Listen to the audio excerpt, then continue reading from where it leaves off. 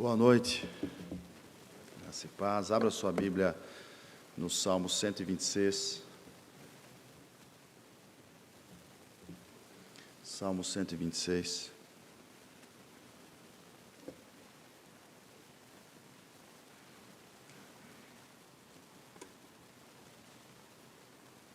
Diz assim a palavra de Deus: Quando o Senhor restaurou a sorte de Sião, ficamos como quem sonha. Então a nossa boca se encheu de riso e a nossa língua de júbilo. Então entre as nações se dizia: grandes coisas o Senhor tem feito por eles. Com efeito, grandes coisas o Senhor fez por nós, por isso estamos alegres. Restaura, ó Senhor, a nossa sorte, como as torrentes no Negueb. Os que com lágrimas semeiam, com júbilo ceifarão. Quem sai andando e chorando enquanto semeia, voltará com júbilo, trazendo os seus feixes. Amém. Pai querido, fala conosco agora, em nome de Jesus. Amém. Amados, somos pessoas diferentes uns dos outros, graças a Deus por isso. Que triste o mundo seria se todos fossem iguais a você, não é? Já parou para pensar nisso? Se todas as pessoas fossem teimosas como você, fossem mal-humoradas, será? Não sei se é o seu caso, ou muito também expansiva, não dá, né? Então essa diversidade de personalidade, de jeito de agir, isso faz com que nos completemos nesse corpo de Cristo, mas também que vivamos com mais graça a nossa vida, conhecemos pessoas bacanas, pessoas que acrescentam na nossa caminhada. Cada um de nós tem habilidades diferentes, tem gostos diferentes. Um gosta de alho no feijão, outro não gosta. Um gosta de frango, outro não come frango. E assim a gente vai no nosso dia a dia, deixando a vida até mais colorida, mais engraçada, porque cada um dentro do contexto familiar tem a sua mania, tem o seu jeito, uns até não muito compreendidos, né? Mas isso faz com que nós sejamos a igreja de Cristo também, porque essa união de habilidades, de dons e talentos faz com que sejamos mais completos. Agora, há também algo que nos diferencia, não só as nossas manias, o nosso jeito de ser, os nossos gostos, mas é a forma como lidamos com as experiências pelas quais todos nós estamos sujeitos. Todos nós passaremos por angústias, aflições, problemas. A maneira como cada um de nós se comporta diante dessas situações também nos diferencia uns dos outros. Essa semana, eu conversando com um professor em São Paulo, muito crente, alguém que eu tenho como referência, o professor Gabriel, ele é pastor da Igreja Batista do Morumbi, e eu conversava com ele tentando dar um conselho a ele. E ele me devolveu com uma palavra que me deixou até constrangido. Eu disse assim a ele: olhe, cuidado para não depositar toda a sua esperança, né, em uma galinha só. Todos os ovos na mesma galinha. Ele falou: olha, Ricardo, sinceramente é Deus que dirige a minha vida. Se for em uma galinha só, nunca faltará galinha. Na hora certa, Deus abre porta, Deus fecha a porta. O que eu não posso é, com os meus estratagemas, tentar guiar o meu futuro, o meu rumo. Eu preciso fazer aquilo que Deus pediu para que eu faça. E a conversa e foi muito bacana a conversa. O fato é que a forma como ele lidou com a situação com a qual nós estávamos conversando foi muito interessante. Ele lidou com muita sabedoria, com muita tranquilidade. Por isso, me serviu de exemplo naquele momento. E há pessoas com as quais nós convivemos que nos servem de exemplo também, pela maneira com que se comportam nas diferentes situações em que todos nós estamos sujeitos. Aos mais ansiosos, não sei se você convive com alguém assim, aos mais estressados, aos mais esperançosos. Há uma frase que diz, né, que o estresse é o excesso de presente, a depressão é o excesso de passado, e a ansiedade é o excesso de futuro.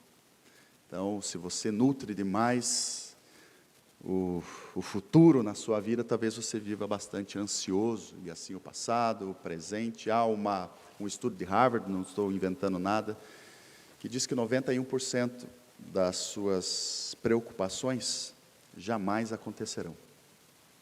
91% daquilo que você teme, que você se preocupa hoje, que você tem medo, jamais acontecerá. E é interessante que nessa caminhada que todos nós estamos, rumo ao céu, amém? Caminhamos rumo ao céu, encontramos pessoas no caminho, cada um tem o seu caminho, que tomara que seja estreito, né? Todos nós precisamos ter pelo menos uma certeza. Nosso comportamento, ele é suscetível ao pecado que habita em nós, mas a certeza de que Deus continua dirigindo a nossa vida, essa não pode sumir. O nosso comportamento, de fato, ele nos assusta e até nos surpreende, ele nos trai. A forma como eu me comporto, muitas vezes, me trai, me engana. Quantas vezes eu já não parei, depois de tomar uma decisão, falar uma palavra, e disse, eu não deveria ter feito isso. Agora, apesar disso, eu tenho certeza plena, absoluta, de que o meu caminho, o meu futuro, ele está escrito na palma da mão de Deus. E todos os meus dias são determinados por Ele. E que o propósito dEle, o plano dEle para a minha vida, esse será cumprido. Eu não tenho nenhum poder, eu não tenho nenhuma capacidade para atrapalhar os planos de Deus na minha vida. Eu posso tentar. E olha que eu tento bem. Mas Ele fará aquilo que Ele quer fazer em mim. Bom, por isso, diante dessa pequena introdução, desse pequeno exórdio, eu quero deixar um desafio para nós. Tá? Eu queria convidar a cada um de nós a olhar o nosso passado com gratidão, o nosso presente com súplicas e o nosso futuro com esperança. A partir do texto que nós lemos. Dê uma olhada nos primeiros versos, no verso de 1 a 3. Quando o Senhor restaurou a sorte de Sião, ficamos como quem sonha. Então a nossa boca se encheu de riso e a nossa língua de júbilo. Então, entre as nações se dizia, grandes coisas o Senhor tem feito por eles. Com efeito, grandes coisas o Senhor fez o Senhor por nós, por isso estamos alegres. Cada um de nós se comporta de uma maneira, buscamos o equilíbrio. É fato que temos um jeito de ser, muitas vezes, que nos incomoda, e a gente tenta buscar a melhorar, e isso tem que acontecer dentro do casamento, dentro da sua profissão. Os nossos comportamentos podem nos trair. O fato é que nós precisamos olhar para Jesus e a nossa forma de agir precisa se moldar ao caráter de Cristo. Esse texto que nós lemos fala de como é, nesse recorte pelo menos, e como é que nós devemos nos comportar diante do nosso passado. Porque muitos de nós têm os seus comportamentos do presente influenciados de forma negativa pela forma como encararam ou encaram o seu passado. Há muita gente com excesso de passado, mas é um excesso de passado ruim.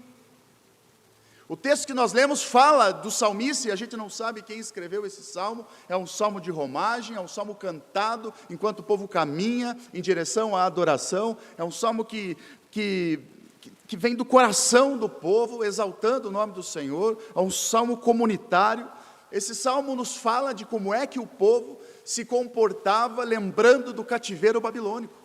70 anos o povo passa então sofrendo nas mãos da Babilônia, até que então o rei persa, rei Ciro, por um decreto dado por Deus, por uma vontade divina, ele achava que era ele, mas por uma vontade divina, ele pede para então que o povo seja liberado. O povo é liberado.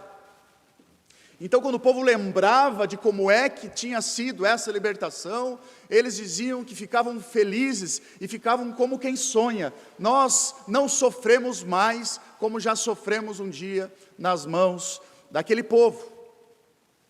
Isso é bom. Isso é olhar para o passado com gratidão, é olhar para o passado e dizer, Senhor, muito obrigado porque o Senhor um dia me livrou, muito obrigado porque tudo que eu passei na minha vida serviu para que eu crescesse, muito obrigado porque as minhas experiências me forjaram, quem eu sou hoje é fruto de tudo que eu vivi, louvado seja o Senhor. Esse é um comportamento bom.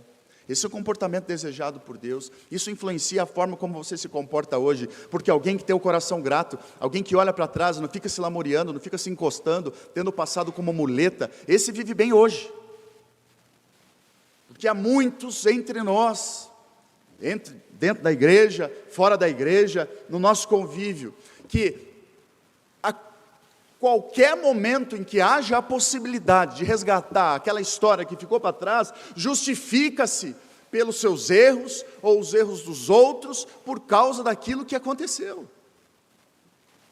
Se lamuria, se encosta dentro daquilo que a gente entende que não é bom. Nós precisamos, e essa é a palavra que eu dou aqui, a primeira dessa noite, nós precisamos olhar para o nosso passado com gratidão, louvando a Deus inclusive pelos problemas. Nós precisamos nos libertar de tudo aquilo que insiste e nos puxar para trás, porque tem passado que é âncora, tem gente que não anda. Vou tentar diminuir um pouco aqui, reduzir, simplificar. Quantos casamentos a esposa insiste em lembrar daquilo que ficou para trás? Daquilo que já disse que foi perdoado? Quanto casamento o marido insiste em jogar a discussão, aquilo que já não é mais a pauta? E assim com os filhos, quantas pessoas eu conheço que justificam o seu fracasso no trabalho, a sua insegurança no presente, por causa dos seus pais? Se isso de fato é verdade, eu tenho uma palavra a você: trate-se, busque um profissional, busque o seu pastor, busque a presença do Senhor, mas não viva mais ancorado no que passou, isso não te faz bem. Quando o povo de Deus olha para o que ficou para trás, eles não ficam dizendo aqui, pelo menos nesse salmo, porque fizeram isso muitas vezes. Por isso que eu digo do recorte. O povo é povo, o povo era como nós, o povo acertava, o povo errava, mas nesse momento, nesse salmo, tentando acertar, eles não ficam dizendo como foi triste quando nós fomos presos, como foi triste quando a nossa liberdade foi cerceada, como foi triste quando sentamos à beira do rio, como foi triste. Não, aqui eles querem esquecer do que ficou para trás e pensar no que é bom. Obrigado, Senhor, ficamos como quem sonha. Obrigado porque o Senhor nos deu motivos para cantar. Então, deixo aqui esse desafio, agradeça. Cito um exemplo também, que é o de José. Quero ler um texto muito interessante. Bom, José, não vou falar da vida de José como um todo, mas lembramos do que José passou. José sofreu. José foi alguém que nos serve de exemplo, e o que ele passou naquela prisão, o que ele passou naquele poço, o que ele passou nas mãos dos seus irmãos, não foi para qualquer um. O que ele passou de estresse, inclusive emocional, para ter que conduzir o povo e administrar os bens, porque não pense que é fácil. Se tem algum administrador aqui, sabe do que eu estou falando. Você ter fartura para administrar, às vezes é uma grande responsabilidade que te tira o sono. Te tira o sono quando você não tem o que dá. Mas quando você tem também, e tem que ser um bom mordomo daquilo que tem, para onde é que eu devo ir, Senhor? Onde é que eu devo aplicar, porque eu não quero errar? E assim estava José. José teve que administrar no tempo de bonança, teve que administrar no tempo de escassez. Bom, esse era José, com todos os seus desafios familiares, com todos os seus desafios laborais, profissionais. E ele então diz uma palavra muito interessante. Gênesis capítulo 41, verso 51, diz assim: antes de chegar a fome, nasceram 2 filhos a José, os quais lhe deu a Zenate, filha de Potífera, sacerdote de On. José, ao primogênito, chamou de Manassés, pois disse: Deus me fez esquecer de todos os meus trabalhos e de toda a casa de meu pai. A Manassés, ele deu um nome em homenagem. Obrigado, porque com esse filho, é como se fosse um memorial mesmo. Dava seu nome, sabemos disso, aos filhos, com algo que caracterizasse o momento, a vida, a dor do parto, talvez. Mas aqui Manassés tem um nome dado por José, para que todas as vezes que José olhasse para Manassés, ele lembrasse: eu esqueci o que ficou para trás, é vida nova. Mas ainda diz o segundo filho, ao segundo chamou-lhe de Efraim, pois disse: Deus me fez próspero na terra da minha aflição. Isso é maturidade, isso é entender que eu preciso tratar os meus traumas anteriores, para que eu viva bem hoje e faça as pessoas que vivem comigo também terem uma vida boa, porque ninguém merece ter que conviver com aquele que até hoje não tratou as suas feridas. Mas vamos lá, o texto continua, e eu digo aqui novamente então, que olhemos para o nosso passado com gratidão, não lembrando só do que é ruim, mas aquilo que é bom, e até o que é ruim, na nossa perspectiva, os desafios, as dificuldades, as doenças, a falta, a ausência, eu posso muito bem dizer ao Senhor: obrigado, Senhor, porque eu aprendi com isso. Isso também é maturidade. Mas devemos olhar para o nosso presente com súplicas, é o que diz o verso 4. Restaura, Senhor, a nossa sorte, como as torrentes do Negueb. Bom, o salmista está dizendo assim: eu sei que o Senhor me livrou, eu sei que o Senhor tem poder, eu sei que a história que ficou para trás mostra quão vitorioso nós fomos pelas mãos do Senhor. Isso pode ser dito por todos os momentos que Deus livrou o povo da guerra, Deus livrou o povo das mãos dos inimigos, mas o salmista está dizendo que isso não é suficiente. Eu preciso olhar para o presente e continuar clamando ao Senhor: Senhor, eu fiquei como quem sonha por tudo aquilo que passou, e eu sou grato ao Senhor, mas agora, restaura, Senhor, a nossa sorte, como as torrentes do Negueb.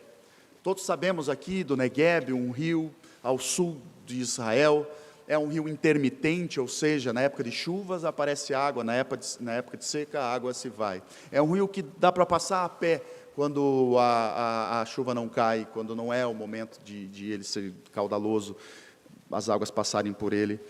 E ele pede então, o salmista, que restaure a sorte como as torrentes do Negueb. Quando as torrentes chegam, há imagens hoje, inclusive, você pode ver isso, quando aquela água vem lindamente, tomando conta de tudo, e aquilo é o poder de Deus, é a natureza avassaladora, levando o que há pela frente. Restaura a nossa sorte, Senhor, como o Senhor faz com as torrentes do Negueb.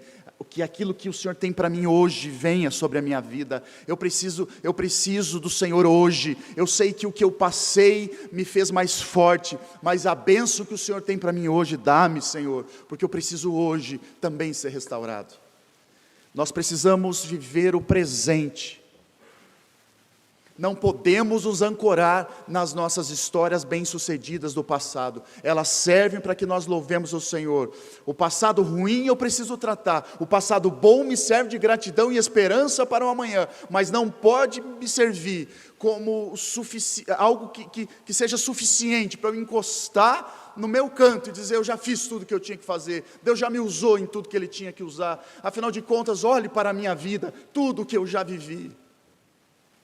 O povo poderia dizer: olha, pronto, Deus, você já pode nos levar. Não, Senhor, dá a bênção que o Senhor tem hoje para nós, dá-nos agora, e continuamos clamando para que o Senhor nos use. Amados, conhece alguém assim? Isso independe da idade. Pode ser que você já tenha vivido grandes histórias com o Senhor, e elas então parecem que já são suficientes para que o Senhor leve você.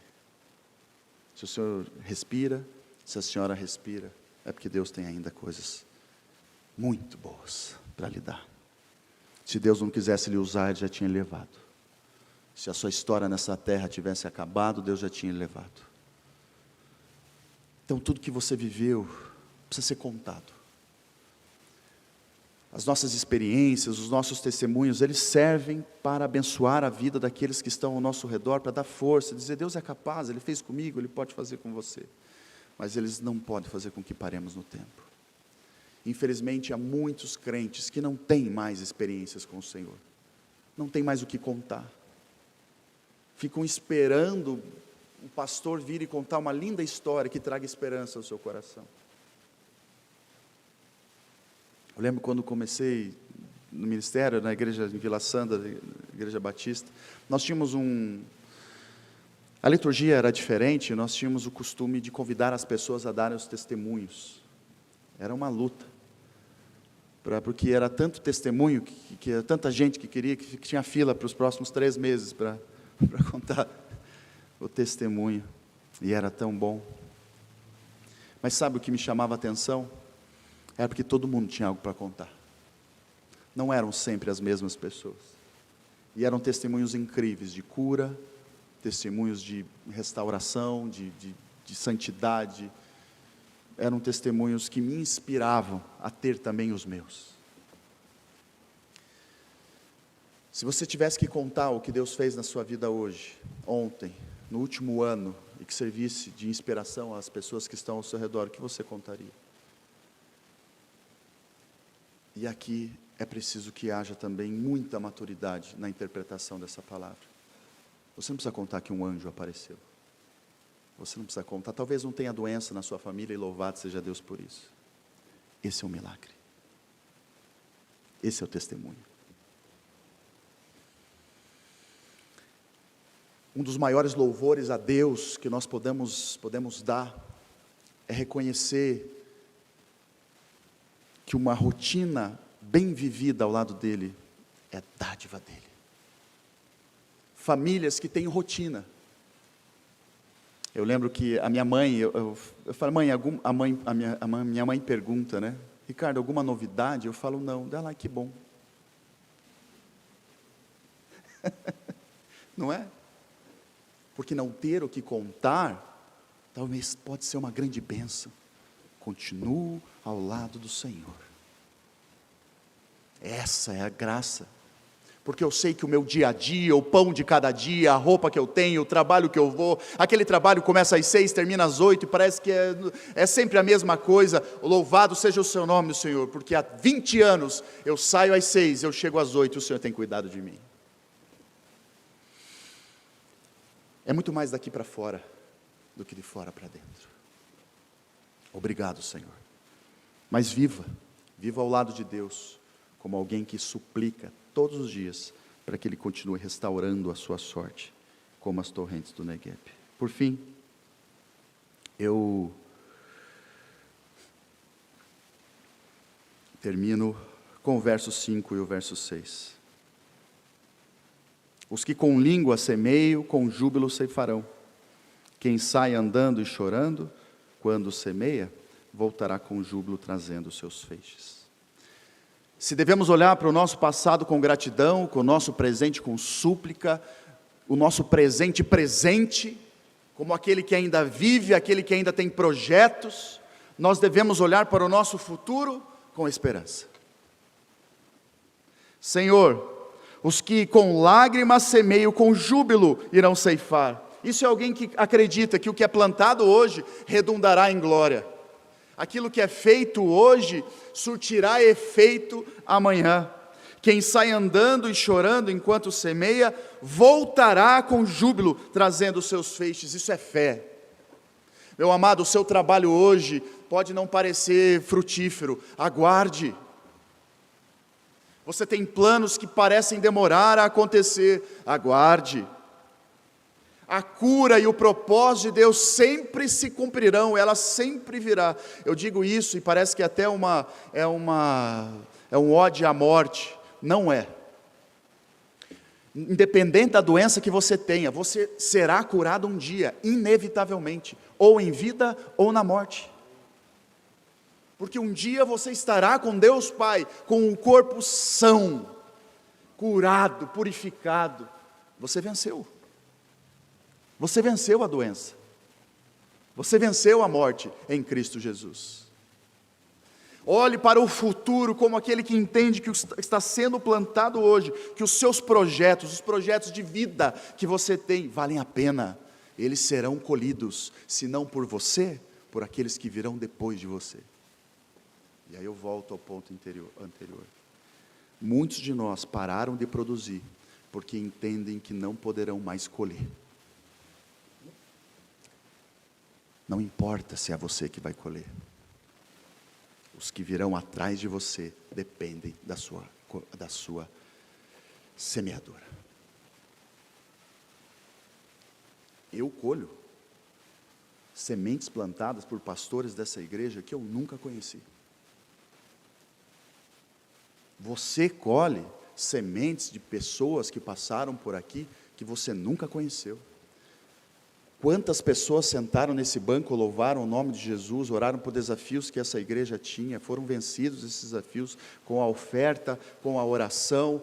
Quantas SAFs, quantos corais, quantas mensagens, para que hoje a igreja estivesse viva e você pudesse estar colhendo a palavra que está sendo ministrada. Nós semeamos coisas que não trarão benefício algum, aparentemente, para nós. Louvado seja o nome do Senhor, que nós continuemos semeando, porque senão, maldita a vida egoísta, e só se semeia pensando em si. Isso vale para a sua família. Vou contar uma coisa bem pessoal, mas talvez se aplique-se aqui na vida de alguém. A minha avó herdou muita coisa que ela tinha, herdou dos pais. Então minha avó tinha terrenos, minha avó tinha casas. Ela deu tudo para os seus filhos. Ela administrou, minha avó nunca trabalhou de carteira assinada, ela tinha até, eu acho que até a 6ª série, né? Nem sei como é que chamava na época. Eu lembro que ela sentava, eu tenho essa memória dela sentar com os contra-cheques, não tem mais contra-cheque, né? Ela ficava contando os contra-cheques para ver se a conta ia bater, ela tinha que pagar, e ela deixou tudo para os seus filhos. O que a minha mãe tem hoje, foi porque minha avó deixou. E um dia eu conversando com a minha mãe, depois que a minha avó faleceu, a minha mãe pensava em vender algo que tinha ficado. E eu falei: mãe, a avó deixou tanta coisa para você, você não vai deixar nada para mim?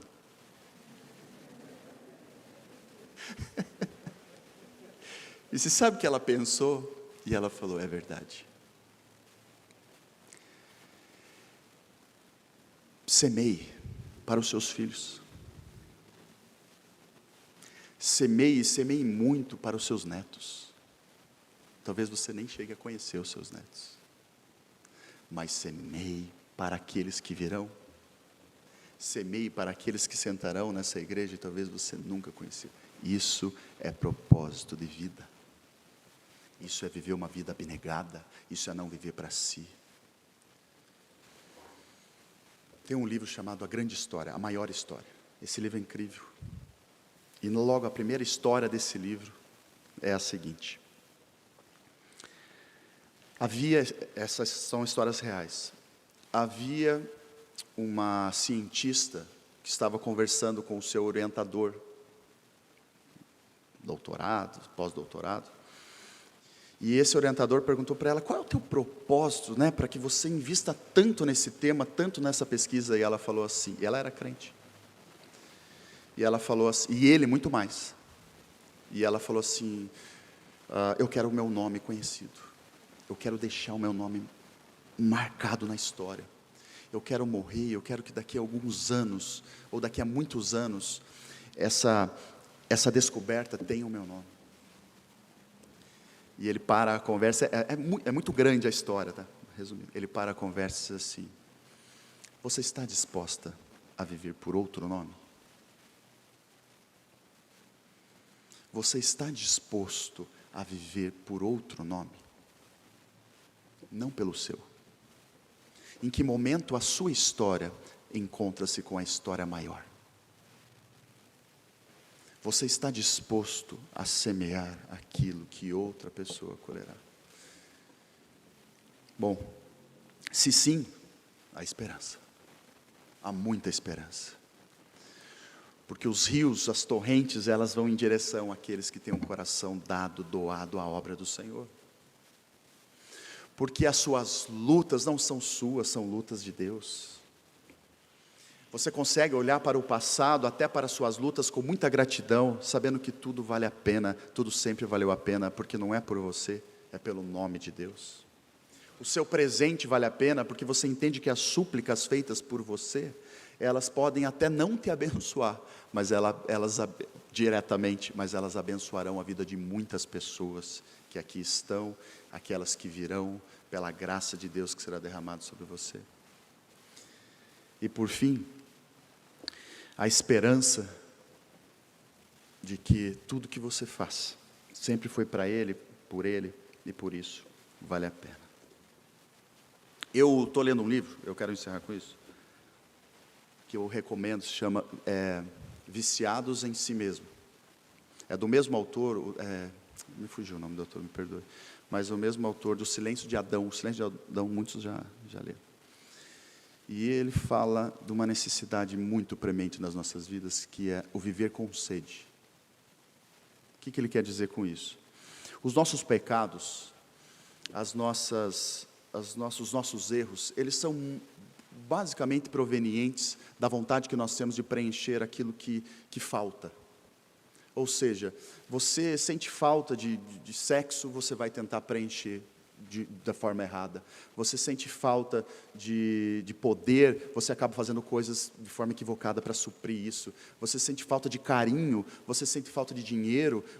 As faltas que nós sentimos vão nos empurrando para alguma coisa que pode não ser boa.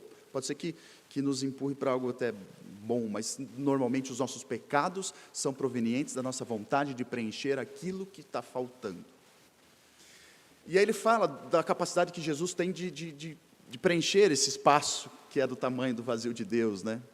Mas ele diz o seguinte: nunca nos sentiremos 100% saciados. Se você é crente mesmo, é impossível que você viva 100% saciado. Sabe por quê? Porque o que vai saciar plenamente o seu coração é a vida eterna. É a presença com o Pai. Então nós precisamos aprender a conviver com um pouco de sede. É a sede que vai fazer com que eu queira mais do Senhor. É a sede que vai fazer com que eu queira vir à igreja, com que eu queira adorar, que eu queira mais, queira fazer o bem. É a sede de querer mais do Senhor. Até que o dia Ele saciará toda essa sede. Nós precisamos viver com sede. Nós precisamos de administrar as nossas vidas de tal maneira que essa sede não nos impulsione para o mal, mas para o bem. Eu falei que ia encerrar, vou encerrar. Amados, vou voltar lá para o início. Somos diferentes mesmo, né? Amém por isso. Nós administramos as nossas lutas de forma diferente. Mas eu quero deixar aqui 3 conselhos a você, para que independente das nossas diferenças, nós saibamos olhar para o nosso passado com gratidão. Isso vai nos ajudar. Exercite a gratidão. Fale muito obrigado. Seja alguém dentro da sua casa grato. Nós precisamos olhar para o nosso presente sabendo que ainda há o que fazer. Ainda pedindo ao Senhor por restauração. Pelas torrentes do Senhor que vão inundar a nossa vida e vão nos fazer bem. Ou a vida daqueles que estão ao nosso redor. Projeto de vida. E nós precisamos olhar para o nosso futuro com esperança, sabendo que aquilo que estamos plantando será colhido e vale a pena. Aquele que semeia com lágrima, com júbilo ceifará. Lembrando a todos, e você sabe disso, que a nossa eternidade se faz por meio dos nossos filhos. Talvez eles escolham sorrindo aquilo que um dia você plantou. Em nome de Jesus. Santo Deus, obrigado pela palavra que o Senhor nos deu essa noite, que sejamos assim, Pai. Pessoas esperançosas, sabendo que vale a pena continuar vivendo, continuar plantando. Nos faz pessoas gratas, porque de fato, sem gratidão, é impossível manifestar qualquer outra virtude. Nos faz pessoas que olham para trás, não como quem busca um álibi para os fracassos do hoje, mas quem olha para trás, reconhecendo que o que viveu serve como forja para aquilo que precisa ser vivido hoje. Obrigado, Deus, porque temos certeza que no hoje o Senhor está presente. Nos tira do excesso do passado, nos tira do excesso do futuro, nos tira do excesso do presente. Que vivamos em equilíbrio com aquilo que o Senhor tem para cada um de nós. Em nome de Jesus, amém. Nós vamos cantar agora com o coral Tudo por Ele, no poder do Teu amor.